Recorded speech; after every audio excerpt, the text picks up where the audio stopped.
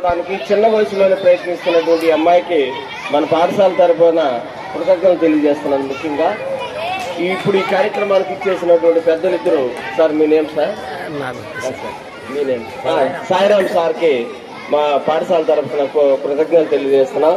Already అందరూ sir వాళ్ళందరూ వివరించున్నారు. పాప చాలా చక్కగా చెప్పుకుంటారు. ఎందుకంటే ఈ అమ్మాయిని గురించి నాకు తెలుసు. మన్నార్పూలూరులో నేను వర్క్ చేసేటప్పుడు అమ్మాయి చెప్పుంది. కాబట్టి గ్లోబల్ వార్మింగ్ గురించి మీకు చాలా చక్కగా వివరించుంటారు. గ్లోబల్ వార్మింగ్ అంటే కార్బన్ డైఆక్సైడ్ పెరగడమే. సింపుల్ మెథడ్ ఏంటంటే గ్లోబల్ వార్మింగ్ అంటే ఆక్సిజన్ తగ్గిపోవడం, కార్బన్ డైఆక్సైడ్ పెరగడం. అలా తగ్గేది ఇప్పుడు చెట్లు లేకపోయినప్పుడు. మెయిన్ అదే, ఆక్సిజన్ తగ్గిపోయి కార్బన్ డైఆక్సైడ్ పెరిగిపోవడం. ఆ కార్బన్ డైఆక్సైడ్ పెరగడం వల్ల ఉష్ణోగ్రత పెరిగిపోవడం. ఉష్ణోగ్రత పెరగడాన్ని గ్లోబల్ వార్మింగ్ అంటారు. ఉష్ణం పెరగడం వల్ల వేడి ఎక్కువ కావడం వల్లనే వార్మింగ్.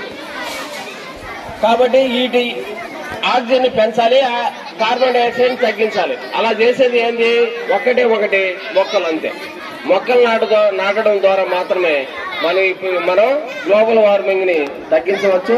తద్వారా పొల్యూషన్, ఇప్పుడు ఉన్నటువంటి పోటీ ప్రపంచంలో ఈ పారిశ్రామికీకరణ జరిగిపోయి ఎక్కువగా ఈ పారిశ్రామికీకరణ జరగడంలో పొల్యూషన్ ఎక్కువ కావడం వల్ల కార్బన్ డైఆక్సైడ్ పెరుగుతుంది. వీటన్నిటిని తగ్గించడానికి మెయిన్ కారణం మీరు చేయాల్సింది చెట్లు నాటడమే. చెట్లు నాటడం ద్వారా మాత్రమే మన గ్లోబల్ వార్మింగ్ ని